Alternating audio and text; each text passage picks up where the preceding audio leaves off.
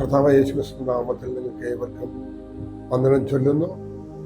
ഇന്നത്തെ ചിന്തയ്ക്കായി യോഹന്നാന്റെ സുവിശേഷം 15-ാം അധ്യായം 1-ാമത്തെ വാക്യം, ഞാൻ സാക്ഷാൽ മുന്തിരിവള്ളിയും എൻ്റെ പിതാവ് തോട്ടക്കാരനുമാകുന്നു എന്ന് യേശു തന്നെ പറഞ്ഞിരിക്കുന്ന തിരുവചനമാണ് നമ്മൾ യോഹന്നാന്റെ സുവിശേഷം 15-ാം അധ്യായത്തിന്റെ 1-ാം വാക്യം നമ്മൾ പ്രാരംഭമായി വായിച്ചത്. നമ്മളിൽ ഫലം കായ്ക്കണമെന്ന് കർത്താവ് ആഗ്രഹിക്കുമ്പോൾ, നമ്മളിൽ ഫലം നിൽക്കണമെന്ന് ദൈവം ആഗ്രഹിക്കുകയും ചിന്തിക്കുകയും ചെയ്യുമ്പോൾ, നമ്മളിൽ ഫലമുണ്ടോ എന്ന് നാം ഓരോരുത്തരും ചിന്തിക്കേണ്ട ആവശ്യമാണ്. നമ്മളിൽ ഉണ്ടാകുന്ന ഫലം എന്താണെന്നും നമ്മളിൽ നിന്ന് പുറപ്പെടുന്ന ഫലം ഏതാണെന്നും ഏത് രീതിയിലുള്ള ഫലമാണ് നമ്മൾ കായ്ക്കേണ്ടതെന്നും കർത്താവ് ആഗ്രഹിക്കുന്നു. എന്നാൽ ഈ സമയത്ത് ഞാൻ നിങ്ങളോട് പറയുന്നു, കർത്താവ് യേശുക്രിസ്തു ആഗ്രഹിക്കുന്ന ഫലം സ്നേഹത്തിന്റെ, സമാധാനത്തിന്റെ, സന്തോഷത്തിന്റെ, സൗമ്യതയുടെ ഈ ഫലം കായ്ക്കണമെന്ന് കർത്താവ് ആഗ്രഹിക്കുന്നു. ആ ഫലം നമ്മളിൽ നിന്ന് പുറപ്പെടണമെന്നും ആ ഫലം നിലനിൽക്കണമെന്നും കർത്താവ് ഇഷ്ടപ്പെടുകയും ചെയ്യുമ്പോൾ, നമ്മൾ നേരത്തെ പറഞ്ഞതുപോലെ നമ്മുടെ ഫലം നിലനിൽക്കണം. ഏതുവരെ? അവസാനത്തോളം, ഈ ലോകത്തിൽ നമ്മൾ ജീവിച്ചിരിക്കുന്ന കാലം വരെ ഈ ഫലം നിലനിൽക്കണം. കാരണം യേശു സാക്ഷാൽ മുന്തിരിവള്ളിയായിരിക്കുമ്പോൾ ആ മുന്തിരിവള്ളിയുടെ ഫലം പലരെയും രുചിപ്പിക്കുകയും സന്തോഷിപ്പിക്കുകയും പലരും ഇഷ്ടപ്പെടുന്ന ഒരു ഫലമാണ് മുന്തിരി. ആ മുന്തിരിയുടെ ഫലം നമ്മുടെ ഹൃദയങ്ങളിൽ സ്നേഹത്തിന്റെ ആ മാധുര്യമേറിയ ഫലം നമ്മളിൽ നിന്ന് ഉളവാകണം. അതുകൊണ്ടാണ് കർത്താവ് പറഞ്ഞത്, ഞാൻ സാക്ഷാൽ മുന്തിരിവള്ളിയും എൻ്റെ പിതാവ് തോട്ടക്കാരനുമാകുന്നു. എന്നിൽ ക്രിസ്തുവിൽ നിൽക്കുന്നവന് ഫലം ഉളവാകണമെന്ന് കർത്താവ് ആഗ്രഹിക്കുന്നു. ഞാനും നിങ്ങളും ക്രിസ്തുവിന്റെ മക്കളാണെന്നും നമ്മൾ ക്രിസ്തുവിൽ വളരുന്നവരാണെന്നും നമ്മൾ ക്രിസ്തുവിന്റെ ഉപദേശത്തിൽ നിൽക്കുന്നവരാണെന്നും ക്രിസ്തുവിന്റെ വചനത്തിനെ നമ്മൾ കൃത്യമായി അനുസരിക്കുന്നുവെന്നും പ്രശംസിക്കുകയും പുകഴുകയും ചെയ്യുമ്പോൾ നമ്മളിലുള്ള ഫലം നിലനിൽക്കുന്നുണ്ടോ എന്ന് നമ്മൾ ചിന്തിക്കേണ്ട ആവശ്യമായിരിക്കുന്നു. ഈ ലോകത്തിൽ നമ്മുടെ ക്ഷണിക നേരത്തേക്കുള്ള ജീവിതയാത്രയിൽ കർത്താവ് നമ്മുടെ ഹൃദയങ്ങളെ നോക്കിയിട്ട് പറയുകയാണ്, നിങ്ങളിൽ ഫലമുണ്ടോ? നിങ്ങളിലുള്ള ഫലം ഏത് രീതിയിലായിരിക്കുന്നു? അത് ദൈവത്തിന് ഇഷ്ടപ്പെടുന്ന രീതിയിലുള്ള ഫലമാണോ എന്ന് ദൈവം നോക്കുകയാണ്. എഫേസ്യർക്ക് എഴുതിയ ലേഖനത്തിൽ പൗലോസ് ഇങ്ങനെ പറയുന്നുണ്ട്, 5-ാം അധ്യായത്തിൽ 10-ാമത്തെ വാക്യം, നീതി എന്ന ഫലം നമ്മളിൽ കായ്ക്കണം.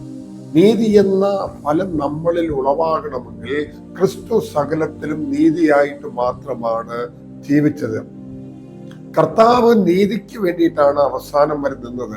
കർത്താവ് നീതിയായിട്ടാണ് പ്രവർത്തിച്ചത്. കർത്താവ് നീതികേട് ഒരിടത്തും പ്രവർത്തിച്ചിട്ടില്ല. സത്യമായിട്ടും സത്യത്തിന്റെ ഫലമായിട്ടും കർത്താവ് ഈ ഭൂമിയിൽ 33.5 വയസ്സ് വരെ ജീവിച്ചു.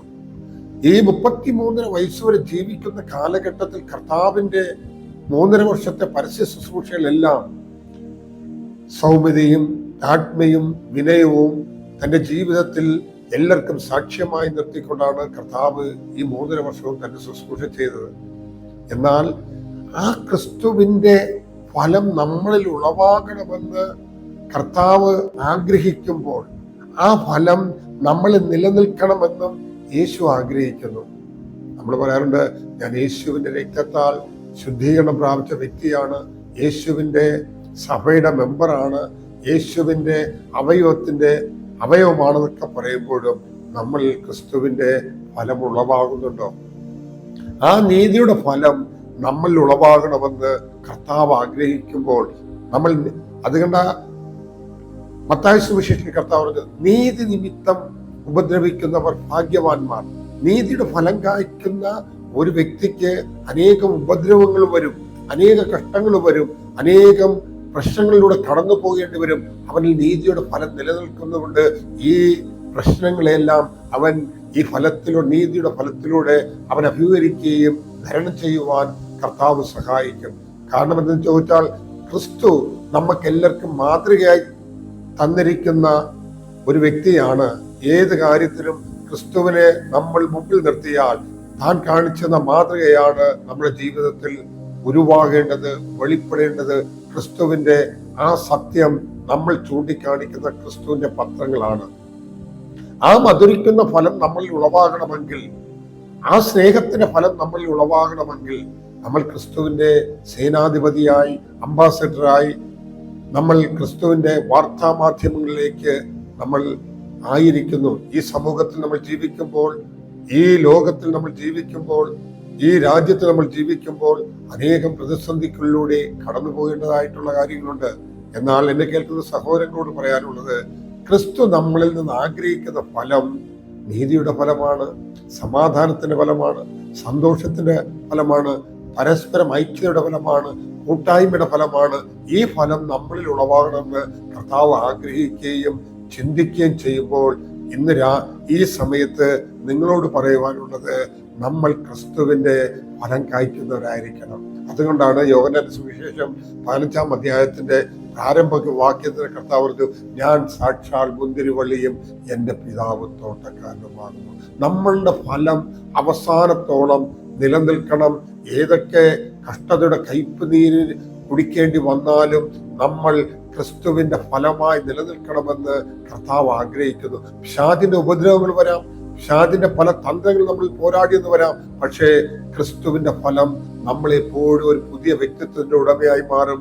എല്ലാറ്റിനും നമ്മളെ പുതിയ ജീവിത വഴിത്തെരുവിലേക്ക് കൊണ്ടുപോകുവാൻ കഴിയും. എന്നാൽ ഇന്ന് ഈ സമയം ഞാൻ നിങ്ങളോട് പറയുന്നത്, നമ്മൾ ക്രിസ്തുവിന് വേണ്ടി അധികം ഫലം കായ്ക്കുവാൻ നമ്മൾ പുറപ്പെടേണ്ട ആവശ്യമായിരിക്കുന്നു. നമ്മുടെ ഫലം നിലനിൽക്കണം. അത് എപ്പോൾ വരെ എന്ന് ചോദിച്ചാൽ, നമ്മുടെ ഈ ഭൂമിയിലെ അവസാനത്തോളം നിമിഷം വരെയും നമ്മൾ ക്രിസ്തുവിന് ഫലം കായ്ക്കാൻ ദൈവം നിങ്ങളെ ധാരാളമായി അനുഗ്രഹിക്കട്ടെ, ആശംസിക്കട്ടെ എന്ന് പ്രാർത്ഥിക്കുകയും ചെയ്യുന്നു. ആമേൻ.